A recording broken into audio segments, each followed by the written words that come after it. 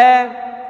और मन अरज अन जिक्रे फ़इन्न लहू मैसदन जनका और नहशुरुहु यौमल क़ियामत आमा। हम आज दौड़ रहे हैं, 2 रोटी मिल जाए और इस 2 रोटी को कमाने के लिए हम क्या करते हैं, किसी को धोखा दे रहे हैं, किसी के साथ गद्दारी कर रहे हैं, अपने दुकान खोले बैठे हैं, मोबाइल का मैकेनिक है, किसी ने मोबाइल संभालने के लिए दिया, हमें मालूम है कि 100 रुपया की लागत में मोबाइल संभल जाएगा, लेकिन हमने उससे 1000 मांग लिया। इसकी आईसी बिगड़ गई, इसकी ये बिगड़ गई, इसकी ये बिगड़ गई। हमने हिसाब किताब मिलाकर 1000 रुपया बता दिया, मामला 800 पे डन हो गया। उसने कहा ठीक है हम 800 दे देते हैं, हम 700 दे देते हैं।